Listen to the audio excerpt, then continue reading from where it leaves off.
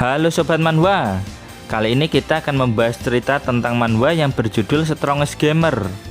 Manhwa ini bercerita tentang asal-usul dunia game yang bernama Perang Overworld. Kalau kalian lupa, bisa cek di alur cerita yang thumbnailnya ini. Sekarang MC kita bernama Lin Xiang. Dia merupakan seorang programmer gaming di sebuah perusahaan dengan gaji di bawah UMR. Karena kelilit utang di mana-mana, Lin Xiang pun mencoba game Perang Overworld untuk mengubah hidupnya. Gimana keseruan manhwanya?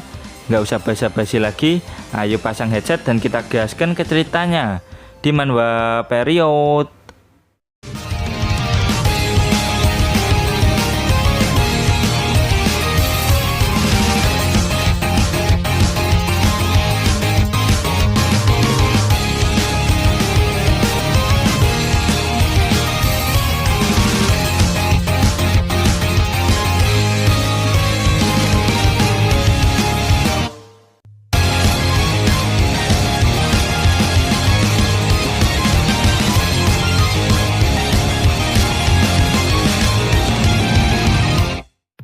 Saat ini dunia memasuki era Eden 2. Kendaraan versi Gamma kini sedang diperbaharui di market. Kemudian panel berpindah di sebuah kantor perusahaan gaming. Biar gampang kita sebut saja PT Muntut. Dari semua karyawan di sana, ada seorang pemuda yang sedang bekerja sambil menggunakan penutup mata khusus. Pemuda ini bernama Lin Xiang. Dia merupakan seorang programmer gaming yang cukup handal. Di Cina sana menerapkan kebijakan 996, yaitu kebijakan di mana semua karyawan di perusahaan menerapkan 6 hari kerja Senin sampai Sabtu, mulai dari jam 9 pagi sampai jam 9 malam. Namun kenyataannya, pekerjaan yang mereka lakukan jauh lebih banyak dari ketentuan. Lagi asik ngoding, Lin Xiang mendengar rekan-rekan kantornya lagi gibah. Mereka sedang bicara tentang rumor aneh perihal perang virtual atau apalah itu yang bisa bikin orang kaya dalam waktu singkat. Dan di saat yang sama, ada orang yang tiba-tiba mukat secara misterius di jalanan. Daripada menggunakan waktu untuk gosip, lebih baik fokus menyelesaikan pekerjaan biar si bos Muntut nggak ngamuk. Si bos Muntut ini sangat suka sekali memotong gaji karyawan yang gak rajin dengan alasan yang tidak jelas. Baru juga dibatin, bos Muntut langsung memanggilnya. Sambil merasa sial, Lin Xiang masuk ke ruangannya bos Muntut. Kedua rekannya pun mencaci maki Lin Xiang. Mereka mengira Lin Xiang cari muka ke si bos dengan rajin kerja. Bukan bonus yang Lin Xiang dapatkan, melainkan disuruh kerja lembur. Mending kerja nyantai seperti mereka, yang penting gaji cair setiap bulannya. Lin Xiang di dalam ruangan bos ternyata cukup lama. Setelah itu Lin Xiang ditendang keluar supaya menyelesaikan pekerjaannya malam ini juga. Kalau tidak, bonus akhir bulan Lin Xiang bakal dihapus. Lin Xiang pun kembali ke meja kerjanya dengan kesal. Duo laknat ini cuma bisa ngetawain Lin Xiang doang. Muntut anjing, kalau bukan karena miskin, gua juga ogah meladeni kalian, ujar Lin Xiang. Tak terasa malam hari pun tiba. Rekan-rekan kerja Lin Xiang semuanya sudah pada pulang, sementara dirinya masih kerja lembur sendirian. Tak lama kemudian, dia pun selesai mengerjakan pekerjaannya yang diberikan sama bos Muntut. Lin Xiang pun melihat keluar jendela. Ada orang yang sedang membersihkan jalan. Lin Xiang nggak nyangka jika tukang sapu jalanan juga bekerja di malam hari. Setahu dia, tukang sapu jalanan itu kerjanya cuma pagi hari doang. Lalu terdengar notifikasi dari HP-nya. Ternyata gaji dan bonus dari PT Muntut sudah cair, yaitu sebesar 5.000 yuan atau jika dirupiahkan sekitar 11 juta rupiah. Tapi setelah ditotal-total, pengeluaran bulan ini ada bayar cicilan utang 2.000 yuan, sewa kos 1.350 yuan, biaya hidup sebulan 800 yuan, belum biaya transportasi dan biaya lain-lain. Sisa uang yang dimiliki Lin Xiang cuma 23 yuan atau setara dengan 50.000 rupiah saja. Ternyata Lin Xiang juga punya tagihan pinjol sebesar 100.000 yuan atau sekitar 225 juta rupiah. Waduh, sudah hampir jatuh tempo kah? Ujarnya. Saat ini kartu kredit Lin Xiang sudah limit. Dia tidak bisa lagi gali lubang tutup lubang seperti sebelumnya. Mau nggak mau, dia harus segera melunasi utang pinjol ini sebelum debt collector menyerang. Tiba-tiba Lin Xiang kesal, HP-nya bunyi lagi. Dikira tagihan utang yang lain, ternyata ada pesan masuk. Pesan itu berasal dari nomor tak dikenal. Pesan itu menawarkan Lin Xiang untuk berpartisipasi dalam event perang override. Pemenangnya bisa mendapatkan uang sampai miliaran yuan. Namun jika kalah, nyawalah taruhannya. Ini dia peluang emas baginya. Lin Xiang berniat menekan tombol terima dari pesan tersebut. Namun Lin Xiang mengurungkan niatnya. Mana mungkin ada cara buat kaya secara instan. Kalau emang beneran ada, di dunia ini nggak bakal ada orang miskin. Sambil melangkah, Lin Xiang yakin jika pesan ini hanyalah scam. Beginilah dunia bekerja. Semakin canggih teknologi, bentuk penipuan pun juga semakin variatif. Pada akhirnya, itu semua hanyalah demi bertahan hidup di dunia yang keras ini. Semakin kamu tidak punya uang, maka semua orang akan menjauh darimu. Dan itu berlaku juga buat sebaliknya. Singkat cerita, Lin Xiang pun keheranan melihat kerumunan orang di sana. Tepat di depannya ada sebuah mobil militer berhenti di sana. Apa yang sedang terjadi di sini? Batinnya. Seorang petugas dari bank beserta para debt collector sedang menghajar seseorang. Om Botak menyuruh Rocky segera jalan dan jangan melawan. Namun Rocky meminta 2 hari lagi. Dia janji pasti akan melunasi utangnya. Netizen di sana tahu bahwa Rocky memiliki utang sebesar 10.000 yuan di bank yang udah jatuh tempo sehingga digerebek seperti ini. Mereka yang tidak bisa melunasi utangnya akan dibawa ke sebuah laboratorium eksperimen rahasia dan bisa dipastikan bahwa mereka tidak akan bisa keluar dari sana. Padahal orang itu cuma utang 10.000 yuan. Bagaimana nasibku yang punya utang 100.000 yuan? Batin Lin Xiang. Rocky pun teriak jika utangnya hanya 10.000 yuan. Kenapa harus tersiksa sampai seperti ini? Rocky langsung lari karena tidak mau dibawa ke laboratorium rahasia tersebut. Mau nggak mau, Om Topi pun mengeluarkan pistolnya. Dan Rocky pun ditembak di kedua kakinya hingga tidak bisa lari lagi. Semua orang di sana cuma bisa terdiam dan tidak ada satupun yang mau membantu Rocky. Melihat Rocky tertembak tepat di depan matanya, Lin Xiang langsung panik. Rocky minta bantuan Lin Xiang sambil nangis-nangis. Jelas Lin Xiang nggak bisa bantu apa-apa. Lin Xiang bukanlah seorang pahlawan ataupun orang kaya seperti Willy Salim. Jadi nggak mungkin bisa bantu Rocky. Om Botak langsung mencengkram kepala si Rocky sambil memakinya. Tiba-tiba lewat kacamatanya Om Botak bisa melihat jika Lin Xiang sebentar lagi juga akan jatuh tempo. Melihat hal itu, Om Botak dan rekannya sedikit terkejut. Hal ini benar-benar kebetulan yang lucu. Tidak disangka Om Botak dan timnya akan bertemu dengan calon target berikutnya. Sontak Lin Xiang langsung melarikan diri pulang ke kosnya. Begitu menutup pintu kamar kosnya, Lin Xiang mulai sedikit lega meskipun ada rasa khawatir. Apapun yang terjadi, Lin Xiang harus bisa menemukan cara untuk mendapatkan uang dalam jumlah besar sebelum hidupnya berakhir seperti Rocky. Sebenarnya Lin Xiang sudah mencoba berbagai cara untuk mendapatkan uang lebih, tapi hasilnya selalu zonk. Bahkan Lin Xiang pernah mencoba melepaskan chip yang tertanam di dalam dirinya secara mandiri. Tapi chip itu terletak di punggung, leher, dan tulang belakang. Salah sedikit saja, akibatnya bisa sangat fatal. Cara lain pun sudah Lin Xiang lakukan, namun hasilnya juga masih saja nihil. Akhirnya di percobaan ke-263, dia melakukan hacking ke sistem mereka dan memanipulasi informasi utangnya.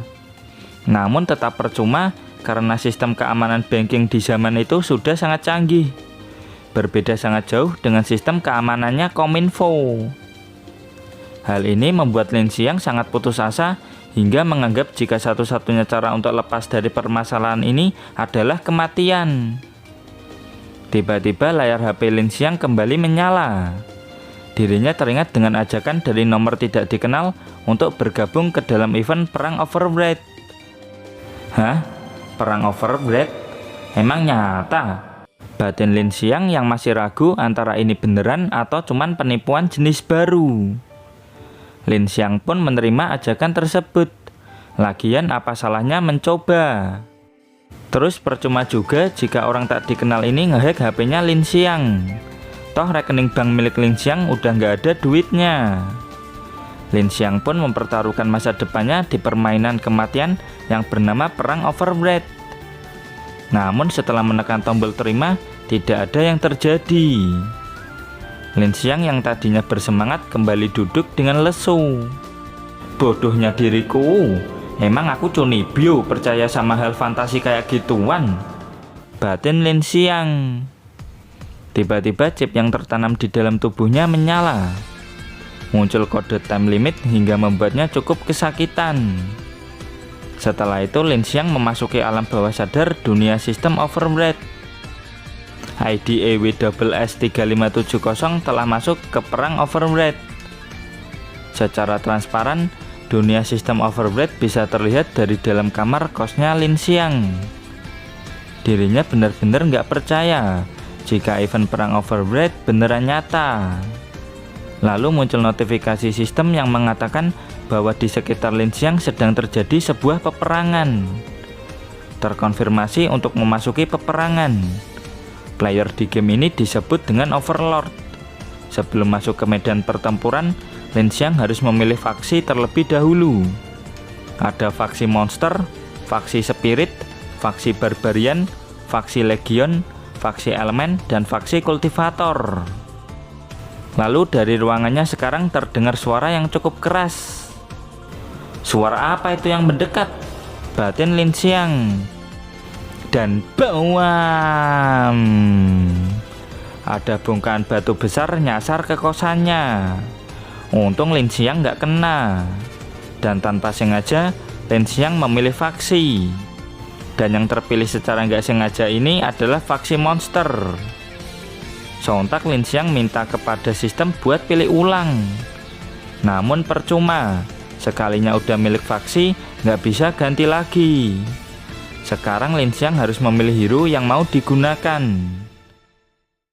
Dari semua pilihan hero yang ada, Lin Xiang memilih hero yang cukup balance untuk seorang pemula. Saat hero sudah ditentukan, player atau Overlord mulai memasuki medan pertempuran. Karena masih ada banyak hal yang belum diketahui, Lin Xiang ingin mengetahui informasi mengenai tempat ini, segala hal yang terjadi di sini, dan seluruh informasi yang tidak dia ketahui tentang perang Overbread. Skill eksklusif Player Who Know It All atau Omniscient Player telah selesai dimuat. Apa itu tadi? Awal-awal udah dapat skill, batin Lin Xiang. Saat ini peperangan akan dimulai, dan Lin Xiang sudah berpindah ke medan pertempuran. Syarat untuk memenangkan perang Overbread adalah dengan mengalahkan semua Overlord yang ada di medan perang. Di sisi lain medan perang sedang terjadi pertempuran antara dua pasukan goblin. Di dekat sana ada dua player yang sedang bertarung dengan cukup sengit. Samsul merupakan Mad Warrior ras barbarian level 1, hero jarak dekat dengan job fighter.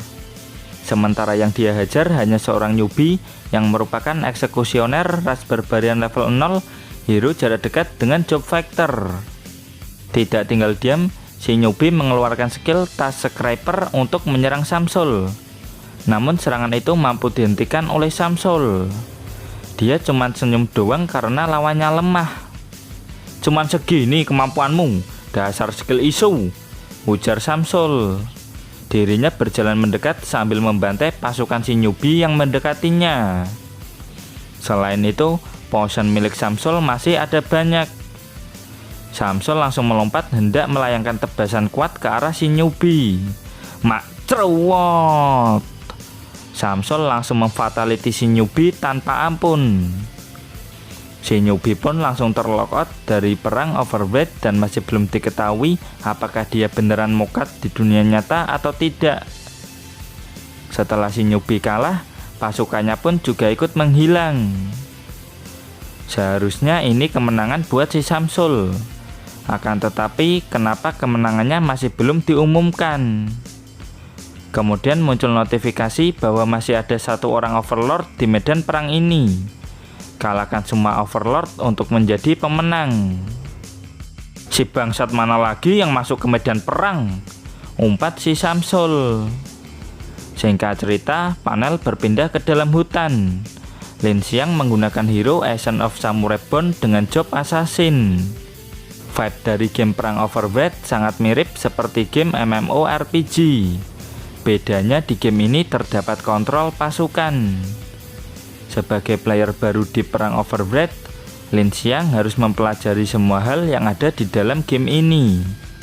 Terutama cara untuk menggunakan skill eksklusif Omniscient Player, yang efeknya dapat digunakan untuk men-scan dan mengekstrak seluruh topografi map dan informasi unit pasukan yang dimiliki sama musuh. Layar Omniscient Player pun tiba-tiba muncul dan Lin Xiang langsung menyentuhnya. Sontak skill Omniscient Player langsung aktif. Gambaran topografi dan keberadaan musuh langsung bisa Lin Xiang lihat. Ini seperti dia nge-cheat map hack. Jika dilihat dari topografinya, susunan area di sini sangat mirip dengan topografi area jalan di sekitar tempat tinggal Lin Xiang. Selain itu, game ini cukup simple. Kalahkan semua Overlord yang ada, maka kau akan langsung menjadi pemenangnya. Lin Xiang langsung memanggil pasukan skeletonnya, lalu memberikan komando kepada beberapa pasukan skeleton untuk memancing perhatian pasukan musuh. Sementara itu, sisanya ikuti Lin Xiang bersembunyi bersiap memberikan serangan kejutan. Di sisi Samsul, dia menyuruh pasukan goblin untuk mencari keberadaan musuh yang tersisa. Samsul menegaskan kepada pasukannya untuk mencari dengan cepat. Samsul pun menunggu sambil tetap waspada. Lalu dari atas tebing, Lin Xiang dan pasukannya sudah sampai ke tempat Samsul. Setahu dirinya, kelebihan ras barbarian adalah serangan damage tinggi. Tapi dalam hal kecepatan, mereka jauh lebih lambat dari assassin. Kemudian Lin Xiang mengeluarkan serangga pengenal suara. Biar gampang kita panggil serangga ini serangga detektor. Kekuatannya mampu mendeteksi detail informasi skill yang dimiliki oleh unit musuh. Serangga ini pun langsung melesat ke arah si Samsul. Scanning pun langsung dilakukan. Data Samsul pun terkirim ke Lin Xiang. Tidak disangka dirinya harus melawan player level 1 dengan stat strength sebesar 20 poin. Stat strength Lin Xiang cuma 12. Jika lawan punya defense 7 poin, maka poin damage yang masuk cuma 5 poin. Menyerang Samsul dengan barbar sangat tidak mungkin. Dia harus langsung menyerang Samsul di titik lemahnya. Pasukan skeleton langsung mengkeroyok Samsul dari belakang hingga membuatnya cukup terkejut. "Bangsat, minggir!" bentaknya. Dari belakang, Lin Xiang melesat ke belakang Samsul. Mak sering. Skill slash pun dilesatkan. Meskipun damage-nya rendah, tapi skill slash punya debuff hemorrhage. Efeknya akan menyebabkan pengurangan darah sebanyak 1 HP setiap 3 detik. Jika target terkena sampai 5 kali, maka pengurangan damage-nya menjadi 5 HP setiap 3 detik. Asalkan Lin Xiang bisa membuat Samsul kehilangan HP-nya secara terus-menerus, maka kemenangan akan jatuh padanya. Di sisi Samsul, dia menyadari bahwa ini adalah efek dari hemorrhage. Pasukan skeleton mampu menekan Samsul dengan sangat baik, Kesempatan ini jelas tidak akan disia-siakan. Sangsing, Lin Xiang berhasil memberikan 4 tebasan slash. Sontak Samsul pun makin emosi. Di sisi Lin Xiang, dia mulai mengaktifkan skillnya yang lain. Skill yang mau Lin Xiang lancarkan adalah skill Blood Seed. Tapi Samsul justru tersenyum senang. Hurra! Samsul mengaktifkan skill Blood Spirit. Sontak Lin Xiang langsung terhempas lumayan jauh. Samsul ini sudah cukup berpengalaman. Efek Hemorrhage tidak akan cukup untuk mengalahkannya. Terus Blood Spirit merupakan skill ultimate yang mampu menghilangkan debuff dan meningkatkan damage sebesar 50 poin. Dengan skill OP-nya ini, Samsul sudah sangat yakin akan menang. Macrewot! Lin Xiang menerima serangan fatality dari Samsul. Meskipun sudah menerima damage yang besar, Lin Xiang masih belum kalah. HP-nya nyisa dikit. Sekarang akan kuhancurkan kau. Di detik-detik akhir, Lin Xiang mengaktifkan efek Blood Seed-nya. Dan jelep, Samsul langsung menerima serangan fatality. Dia langsung terjatuh dan terheran-heran dengan apa yang baru saja terjadi. Sejak kapan kau sudah menanamkan Blood Seed padaku? Tanya Samsul. Lin Xiang sudah menanamkan Blood Seed pada Samsul tepat sebelum dirinya mengeluarkan skill Blood Spirit. Meskipun damage yang dihasilkan kecil, yaitu cuma 5 HP, namun dengan bantuan Blood Seed, damage yang diterima musuh akan menjadi critical damage apabila HP musuh sudah di bawah 10%. Kemudian panel kembali ke dunia nyata. Mustahil! Apa aku berhasil menang? Teriaknya. Lin Xiang mulai kembali tenang. Tiba-tiba Lin Xiang teringat dengan batu besar yang terlempar di kosnya. Dia pergi keluar untuk mengecek. Untungnya efek visual dari perang Overwatch tidak mempengaruhi dunia nyata. Jika tidak, Pak Kos pasti akan menghabisinya. Tiba-tiba Lin Xiang seperti tersengat akan sesuatu. Dia tidak sadarkan diri dan langsung pingsan di tempat. Dan di belakangnya muncul seorang mate yang belum kita kenal. Singkat cerita, pagi hari pun tiba. Terlihat jika Lin Xiang sedang tertidur di sebuah kamar yang terbilang sangat mewah. Bahkan Lin Xiang bisa tidur nyenyak sampai melupakan semua utang-utangnya. Tak lama kemudian, Lin Xiang pun mulai terbangun. Selamat pagi. Loh, siapa kamu? Teriaknya. Lin Xiang baru nyadar kalau di tempat ini cukup mewah. Dia tanya ke si mate ada di mana ini. Lalu si mate menjelaskan bahwa tempat ini adalah hotel atas nama Lin Xiang. Kemarin dialah yang membawa Lin Xiang kemari. Sontak Lin Xiang terkejut karena tiba-tiba jadi pemilik hotel. Si mate menjelaskan bahwa semalam microchip yang tertanam pada dirinya mulai melakukan update informasi tentang pemilik hotel ini. Dan sekarang Lin Xiang adalah bos baru di hotel ini. Dia masih tidak percaya dengan apa yang terjadi di sini. Kemudian si mate memperkenalkan diri bahwa dia bernama Natasha, waiter hotel yang akan secara khusus melayani Lin Xiang. Tapi Lin Xiang masih belum butuh bantuan Natasha apa-apa. Jadi dia menyuruh Nat untuk keluar terlebih dahulu. Natasha pun keluar dan menyuruh Lin Xiang memanggilnya jika butuh apa-apa. Lin Xiang pun beranjak dari tempat tidurnya. Dia masih heran kenapa tiba-tiba jadi pemilik hotel. Dia menduga jika ini adalah reward dari game perang Overwatch kemarin. Dia pun menekan microchip yang ada di lehernya. Lalu muncul dunia virtual Overwatch. Bangunan hotel yang dia miliki sekarang berwarna emas. Pemilik hotel sekarang adalah Lin Xiang. Dan pemilik sebelumnya adalah Samsul. Lalu bangunan ini menghasilkan 1 net coin per hari. Dan karena Samsul sudah kalah, hotel ini jadi hak miliknya Lin Xiang. Sekarang PR besar Lin Xiang adalah mempelajari semua hal mengenai sistem ini. Dan yang membuatnya penasaran adalah net coin. Nitecoin adalah mata uang universal system ini yang dihasilkan oleh bangunan dari setiap sektor. Player bisa menggunakannya untuk mengunlock champion level tinggi untuk dipilih di champion pool. Gampangnya buat beli hero kayak di MOBA, tapi tidak bisa membeli champion atau hero di luar faksi yang sudah dipilih di awal game. Selain dipakai buat beli hero atau champion, Nitecoin juga bisa dikonversikan ke mata uang yang ada di dunia ini. Satu Nitecoin setara dengan 100.000 yuan. Nggak pakai lama, Lin Xiang langsung mengkonversikan Nitecoin tersebut ke mata uang yuan. Dengan cepat 100.000 yuan langsung ia terima. Ini sangat luar biasa. Ternyata pesan itu nggak scam. Tahu gini, aku nggak bakal ragu. Jalanku menjadi seorang sultan akan segera datang. Jika Lin Xiang mampu mengambil alih seluruh bangunan yang ada di area sekitar, maka impian Lin Xiang untuk mencapai kebebasan finansial akan semakin dekat.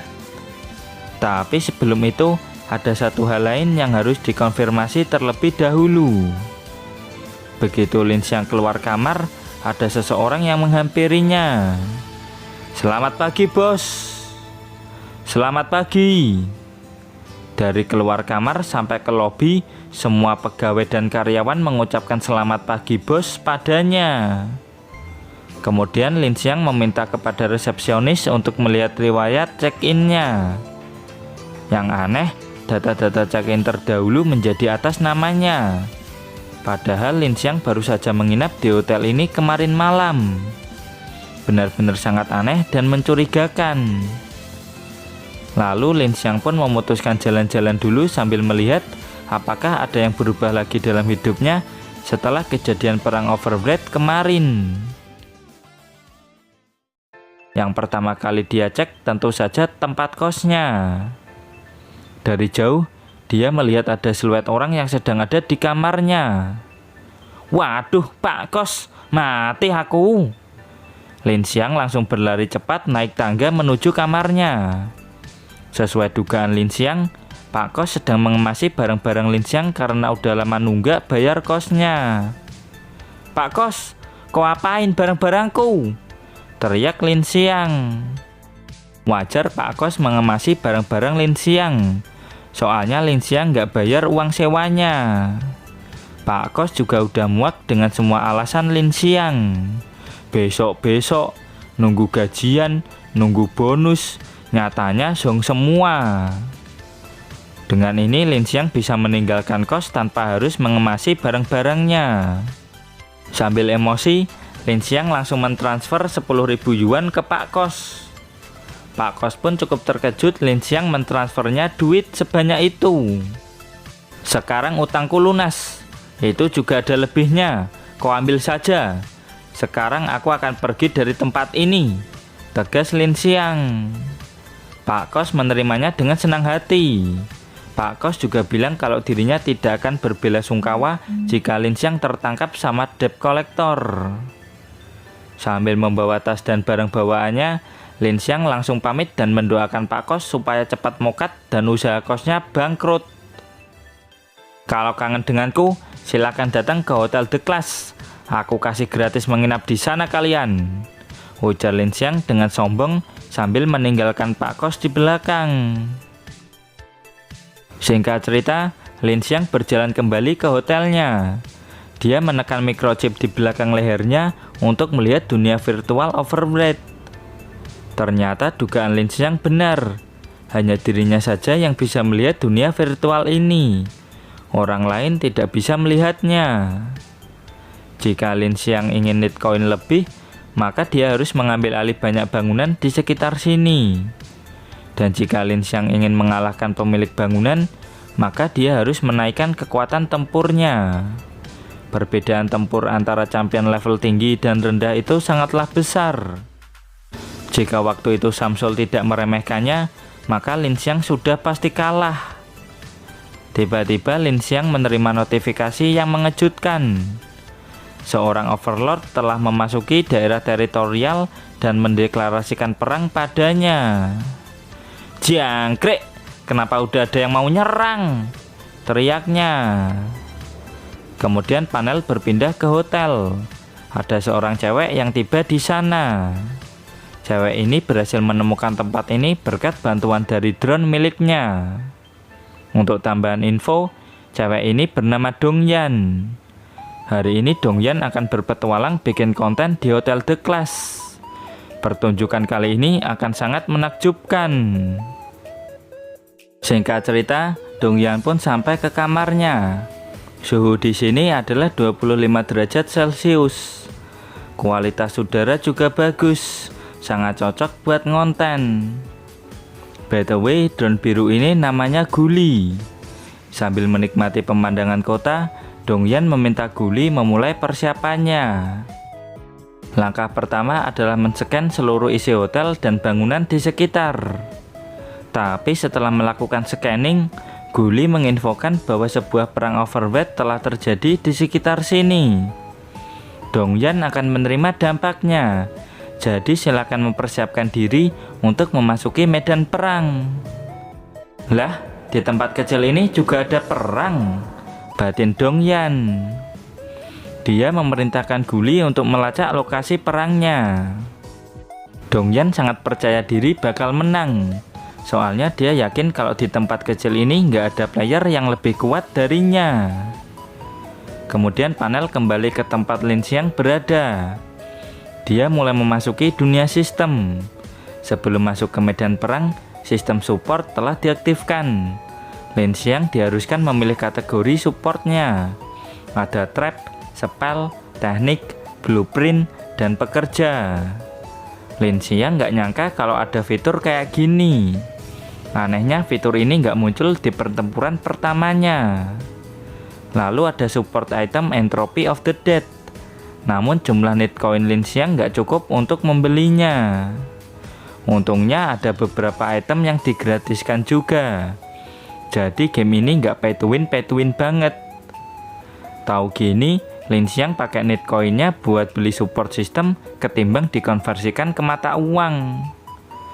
Dengan terpaksa, Lin Xiang mengambil ordinary crossbow gratisan ini. Setelah memilih support system, Lin Xiang pun login ke dalam medan perang. Begitu login, pasukan goblin mulai menyerbunya. Dari layar sistem, lawan Lin Xiang adalah Niu Gaili. Dia memperkenalkan dan secara resmi menantang Lin Xiang. "Tunggu saja di sana, akan kuhabisi kau, Dek," ujar Gaili. "Kukira siapa lawannya? Nggak taunya Dark System," batin Lin Xiang. Dengan sangat mudah, Lin Xiang membantai pasukan goblin milik Gaili. Lalu dia memanggil skeletonnya untuk menghabisi sisa-sisa pasukan goblin musuh.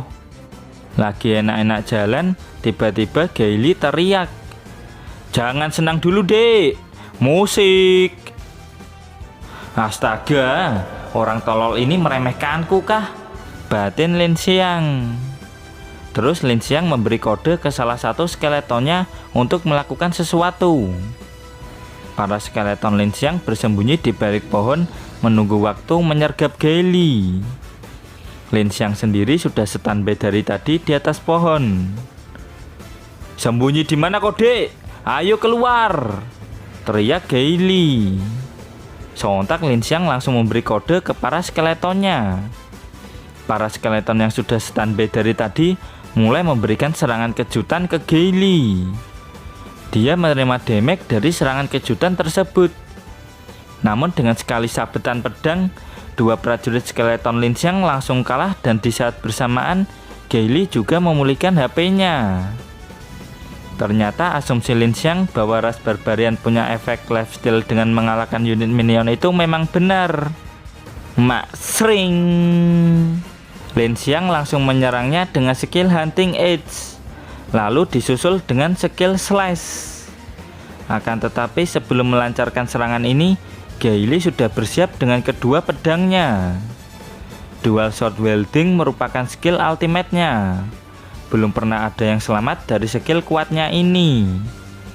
Namun sekuat apapun serangan Gaili, percuma juga kalau nggak kena.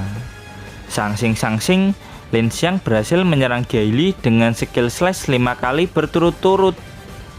Dak dek, Mainmu aja noob, dasar sok keras, ujar Lin Xiang.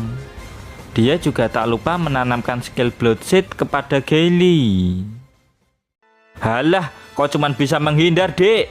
Kalau berani lawan aku dengan jantan, tantang Gaily. Dengan membabi buta, Gaily langsung menerjang ke arah Lin Xiang. Namun Lin Xiang dengan cepat mengaktifkan skill Blood Seed Detonate. Eset kau bang, ujar Lin Xiang. Dan cewot, Gaily pun langsung game over.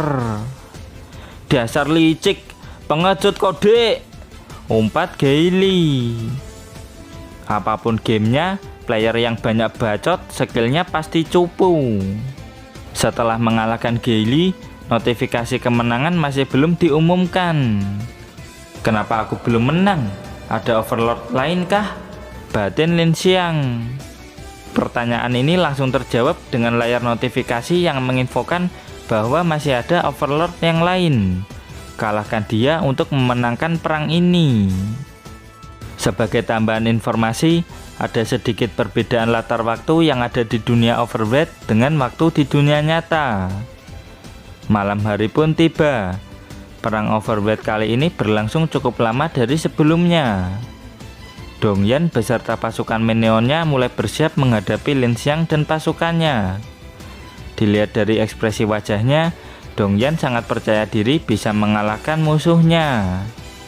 Sementara itu, Lin Xiang sedang melihat map untuk memastikan di mana keberadaan musuh. Namun dirinya sudah mengkonfirmasi bahwa tidak ada overlord di wilayah pusat. Dia menduga jika musuh yang tersisa sedang bersembunyi di dalam hutan. Lin Xiang pun mengeluarkan serangga detektornya untuk mencari keberadaan musuh. Serangga Lin Xiang mulai menyusuri hutan dan tawas. Ternyata si Dongyan sudah menyerang serangga tersebut. Dia sangat membenci ras atau faksi monster, soalnya bentuknya jelek-jelek semua. Lin Xiang yang sedang mencari di sisi lain menyadari jika serangganya sudah dikalahkan. Tiba-tiba ada anak panah yang mengarah padanya. Untungnya Lin Xiang bisa menghindar tepat waktu. Lin Xiang pun mendarat dan langsung mengamati dari mana panah tersebut datang.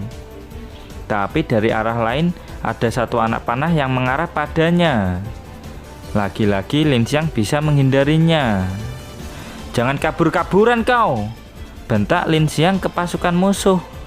Namun pasukan musuh yang mirip seperti kelinci ini cuman cengengesan doang. Kemudian belasan panah ditembakkan ke arah Lin Xiang dari berbagai arah. Lin Xiang dengan sekuat tenaga menghindari panah-panah tersebut. Pilihannya dalam mengambil item crossbow gratisan ternyata sangat tepat. Senjata itu bisa digunakan untuk saat-saat seperti sekarang. Jadi mau main serangan jarak jauh? Gasken dek, ujarnya. Lin Xiang mulai membidik ke salah satu pasukan kelinci yang ada di pohon. Dan dawas, sekali kena headshot langsung mokat. Sontak Dongyan pun heran, kenapa bisa job assassin dari ras monster punya serangan jarak jauh. Di sisi Lin Xiang, dia terus membantai semua pasukan milik Dongyan. Meskipun senjata ini gratisan, tapi damage-nya cukup tinggi sampai bisa mengalahkan satu unit pasukan hanya dengan sekali tembak. Bagaimana mungkin unit pasukanku dikalahkan pakai item gratisan anjir? Bahkan dia sama sekali nggak kena damage, batin Dongyan. Karena semua unit pasukan sudah dikalahkan, Lin Xiang menyuruh Dongyan segera keluar. Nggak pakai lama, Dongyan pun keluar sambil mengeluarkan skill Shadow Flash Arrow. Tentu saja Lin Xiang menyadari hal tersebut. Dengan senjata gratisan tapi mematikan ini, dirinya bersiap membalas serangan Dongyan. Serangan tersebut saling mengarah ke targetnya. Dan jelep, Lin Xiang tidak sempat menghindar dan terkena serangan dari Dongyan. Sementara Dongyan, dia mampu menghindari serangan crossbow gratisan tersebut. Mana mungkin kau bisa mengalahkanku pakai senjata gratisan? Dasar goblok, ejek Dongyan sambil kembali mengaktifkan skill kamuflasenya. Lalu Dongyan mengatakan kepada Lin Xiang jika faksi atau ras monster adalah ras yang paling dia benci. Jadi dia nggak akan sungkan-sungkan untuk mengalahkan Lin Xiang. Di sisi Lin Xiang, kondisinya sekarang tidak bisa menggunakan skillnya karena efek dari senjata crossbow ini. Hal ini berarti Lin Xiang tidak bisa menggunakan efek hemorrhage. Dan jika ingin menggunakan efek bloodshed, dia hanya bisa menanamkannya menggunakan basic attack. Lalu Lin Xiang menyadari jika serangga detektor miliknya memiliki karakter untuk menghindari dan mendeteksi bahaya dengan sendirinya. Kalau satu serangga tidak cukup untuk menemukan Dongyan, maka Lin Xiang akan mengerahkan semua serangganya yang tersisa untuk menemukan keberadaan Dongyan. Hal ini hanya bisa dilakukan satu kali dalam peperangan. Puluhan serangga detektor pun langsung melakukan scanning ke segala arah penjuru hutan. Tak butuh waktu lama baginya untuk tahu keberadaan Dongyan. Lin Xiang langsung mengarahkannya sesuai data yang dikirim sama serangganya. Di sebuah pohon, Dongyan masih belum sadar kalau posisinya sudah ketahuan. Dan jelep, damage yang dia terima dari serangan crossbow ini ternyata cukup besar. Dia pun heran bagaimana cara Lin Xiang mengetahui keberadaannya padahal sudah memakai skill kamuflase. Dongyan pun jadi geram. Dia mengeluarkan skill ultimate Arrow Shower Assault. Namun serangan membabi buta seperti itu bisa dihindari dengan mudah sama Lin Xiang.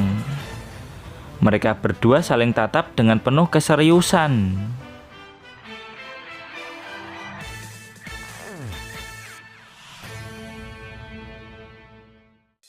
Dengan cepat Lin Xiang mengeluarkan bloodshed-nya. Begitu ada celah, dia langsung menanamkannya ke Dongyan hanya dengan basic attack. Dongyan pun berhenti melakukan perlawanan. Dia mengakui bahwa Lin Xiang memang kuat, tapi sayang sekali dia mengambil faksi monster yang penampilannya sangat jelek. Dongyan menyuruhnya ganti hero kalau bisa jangan yang ireng seperti ini. Apa maksudmu, ha? Ujar Lin Xiang. Intinya karena Lin Xiang udah menanamkan bloodshed padanya, pertarungan ini tidak mau Dongyan lanjutkan. Dia langsung pergi dengan skill kamuflasenya lagi. Untung kali ini Lin Xiang tidak mengejarnya. Jika pertarungan ini terus dilanjutkan, maka Dongyan bisa beneran mokat. Lalu Dongyan menyuruh Guli untuk mengaktifkan sebuah sistem penghalang. Entah bagaimana cara kerjanya, setelah sistem ini diaktifkan, Dongyan bisa mundur atau lockout dari medan pertempuran. Setelah itu notifikasi kemenangan Lin Xiang pun muncul. Nah nih, ternyata kita bisa kabur dari medan perang, teriaknya. Kemudian panel kembali ke Hotel The Class, tepatnya kamar Dongyan.